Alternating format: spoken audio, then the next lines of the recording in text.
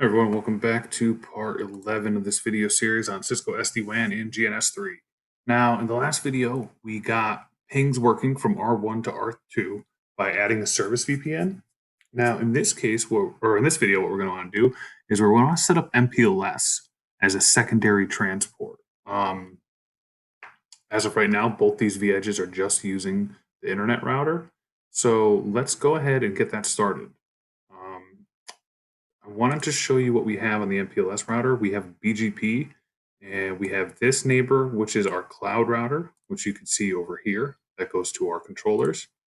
And then we have these two neighbors, which are going to be our vEdges. So what we need to do is we need to create some templates. They're going to be featured templates. And we don't have to create another VPN because we have VPN 0, which is our transport. So what we do need to do is create an interface under that VPN for MPLS. So let's call it vEdge VPN 0. Let's call it MPLS. How about that? MPLS interface. We're going to want to no-shut the interface. And in our case, it's going to be GE0-1. Going to be static, so we're going to set the device specific. So again, I'll do VPN 0 here. I'm just going to be more descriptive. I'll say GE1. And on this interface, we're going to want to set global on for the tunnel because we want to add a secondary tunnel. If the internet goes down, we don't want to lose the tunnel connections to the controllers. So since this is for MPLS, let's set the color to MPLS. Let's allow all services. Make sure to allow netconf and SSH. Okay, and we don't need any other things. We don't need any routes or anything like that. We don't need to add routes to the VPN template, I guess I should say, because what we're going to do is we're going to add BGP. Now, we're not going to inject any routes into BGP. We're just going to use it to make sure we can learn about the controllers through the MPLS network. Let's call it vEdge BGP. It's no shutdown. We're going to leave the AS number as a device specific. We don't need to do anything with redistribution, but we do need to create a new neighbor. So I'm going to set it device specific because both vEdges are going to have different neighbor addresses. The remote AS is also going to be device specific. However, I will need to turn on the address family. We're going to choose IPv4 unicast for that. Other than that, we don't need to do anything else. But what I do need to do before I forget is to click add here. So now that I have my neighbor. So again, make sure we ran into this in the OSPF video where I forgot to hit add. So hit add. Now we have our neighbor. So let's hit save. Now that we have our new templates, let's edit our device template for the vEdges. Go into the transport VPN. We'll add a new interface, which will be our MPLS interface. And then let's add BGP. Now what will happen is we'll have to edit our two devices because they were already attached to the device template. So let's start with vEdge 1 so I can keep things straight.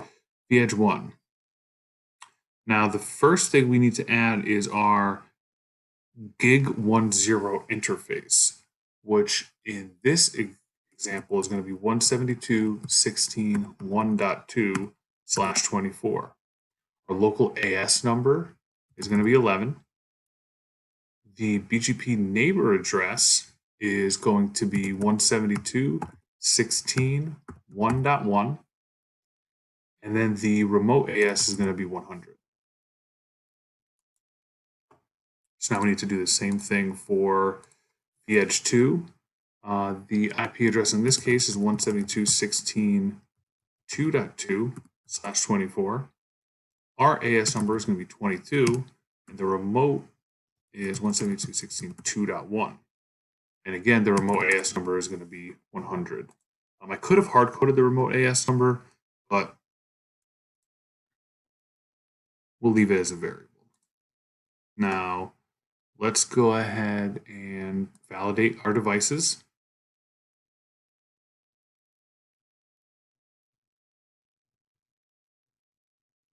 So we'll do a config diff and we'll just double check what we're adding.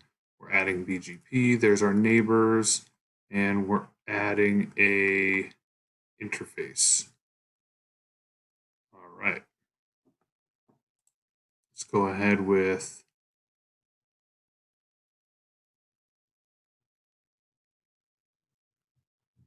VEdge1.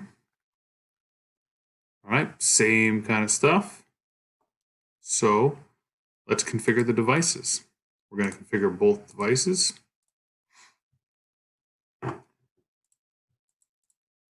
And I'll quickly pause the video and come back once it's complete. All right, we see our success and our success. So let's go down to the console just to double check. And now we can see that the neighbors are up. And if we go to one of the V-edges, show and tab, we can see now that we have our GE01 is up. Let's do a show IP route. And now we can see we have OMP routes. We have some duplicates, I should say. So let's look at this one, for example. We have 10, 11, 11, 1, learning from OMP. And we see that we have the color of MPLS. Then we have the same exact route learned from OMP and the color of Biz Internet. Now that, in our case, we have them all set to the same, so we should be load balancing between them. And we can prove that by going to Monitor, Network. Let's click on VEdge1. Let's scroll down to Troubleshooting and Simulate Flows. So we'll choose VPN1, that's our transport, our inside interface. Let's do a destination of the VEdge2's interface, which 10.22.1.1, and let's simulate. So we can see here, there's a nice little graph that they give us. We now have two different routes, and we're load balancing across them. Now, if we go to GNS3, go into the console of 1, show IP route OSPF. Obviously, we're still going to have 1 because we're learning it from the V-edge. Let's go ahead and trace 10.2.1.